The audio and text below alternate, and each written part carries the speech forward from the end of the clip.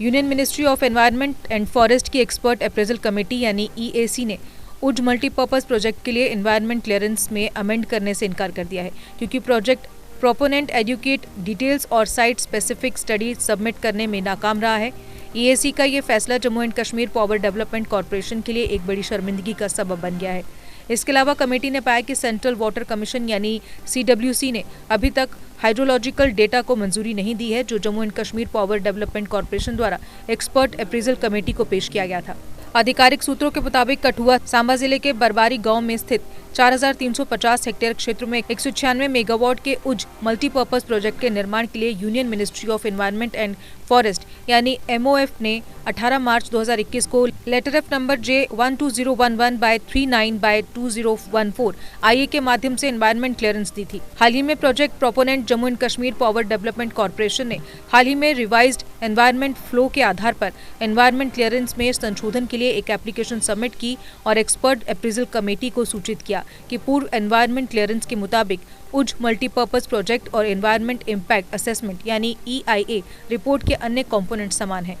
Application में यह भी उल्लेख किया गया था कि union ministry of environment and forest को एनवायरनमेंट क्लियरेंस के वक्त पेश पूर्व EIA रिपोर्ट में गलती से 1990-91 के लिए 90% डिपेंडेबल फ्लो सीरीज ली गई थी और उसके मुताबिक एनवायरनमेंट फ्लो की कैलकुलेशन की गई थी।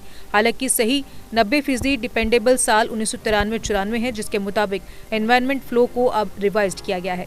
अपनी हालिया बैठक में प्रस्ताव पर विचार विमर्श के दौरान एक्सपर्ट अप्रेजल कमेटी ने कहा कि एनवायरनमेंट क्लियरेंस के वक्त इस कमेटी के समक्ष प्रस्तुत EIA रिपोर्ट में यह उल्लेख किया गया था कि प्रपोज्ड प्रोजेक्ट के निर्माण के कारण पानी का डाइवर्जन होगा, जिससे टेलिस तक 9 किलोमीटर के रिवर स्ट्रेच में फ्लो का सूखना कम करना और नदी की परिस्थिति पर प्रतिकूल प्रभाव पड़ेगा। उस वक्त ये भी पेश किया गया था कि प्रस्तावित बांध से 9 किलोमीटर डाउनस्ट्रीम तक 15 स्थानों के लिए प्रस्तावित मिनिमम फ्लो के लिए गहराई से पानी के फ्लो का अनुमान 90% भरोसेमंद साल के दौरान एवरेज फ्लो के आधार पर लगाया गया था। EAC ने आगे कहा कि बांध की डाउनस्ट्रीम में से 9 किलोमीटर तक नदी की इकोलॉजी को सुधारने के लिए हमने जलीय जीवन के अस्तित्व के आधार पर मिनिमम एनवायरमेंटल फ्लो जारी करने की सिफारिश की थी। EAC ने लेटेस्ट ऑर्डर में उल्लेख किया है, मौजूदा प्रपोजल में प्रोजेक्ट प्रोपोनेंट द्वारा प्रस्तावित एनवायरमेंट फ्लो 9 किलोमीटर तक बांध की धुरी के डाउनस्ट्रीम में जलीय जीवन के अस्तित्व के लिए पर्याप्त नहीं है। एनवायरनमेंट फ्लो को रिवाइज करने से पहले प्रोजेक्ट प्रोपोनेंट को उचित असेसमेंट के लिए साइट स्पेसिफिक स्टडी करने की जरूरत थी।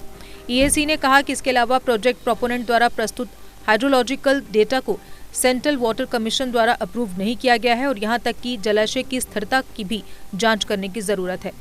विस्तृत विचार विमर्श के बाद EAC ने देखा आंशिक जानकारी और अपर्याप्त डेटा प्रोजेक्ट प्रोपोनेंट द्वारा प्रस्तुत किया गया था, जो सलाहकारों के साथ प्रस्ताव के किसी भी असेसमेंट से पहले तैयार होना चाहिए। प्रोजेक्ट प्रोपोनेंट मौजूदा रिवाइज्ड प्रपोजल के लिए उचित औचित्य प्रदान नहीं कर सका। EAC ने कहा नदी में पर्याप्त फ्लो लुप्तप्राय गोल्डन महासीर और अन्य जलीय जानवरों और अंततः नदी परिस्थिति की तंत्र की स्थिरता सहित कई मछलियों के अस्तित्व को तय करता है। विवरण प्रस्तुत करने में असंगति और अपर्याप्तता के मद्देनजर पैनल ने एनवायरनमेंट क्लियरेंस को रिवाइज करने से इनकार कर दिया।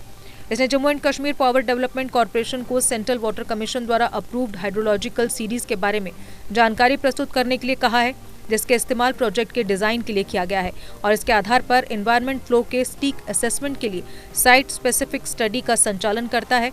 मछली की परिस्थिति आवश्यकता CIFRI के परामर्श से निर्दिष्ट करती है। आपको बता दें कि प्रोजेक्ट में 196 मेगावाट की स्थापित क्षमता के साथ उज नदी पर नदी के स्तर से 116 मीटर ऊंचे कंक्रीट ग्रेविटी बांध के निर्माण की परिकल्पना की गई है। 62 मेगावाट क्षमता की 3 इकाइयों के साथ एक भूमिगत सतह विद्युत गृह प्रस्तावित है। इस प्रोजेक्ट से 52 गाँव के कुल 3700 परिवार प्रभावित होने की संभावना है। GK अपडेट रहे हमारे साथ। अगर आप ये वीडियो YouTube पर देख रहे हैं तो हमारे YouTube चैनल को सब्सक्राइब करें और बेल आइकन को क्लिक करें। अगर आप ये वीडियो Facebook पर देख रहे हैं तो हमारा Facebook पेज लाइक जरूर करें। For advertisement please contact 7051091811।